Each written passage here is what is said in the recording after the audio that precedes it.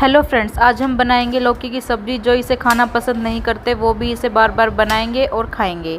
लौकी को गोल गोल पीसेस में कट कर लेंगे। उसके बाद इसके अंदर डालेंगे बेसिक मसाले और बेसन की कोटिंग करेंगे।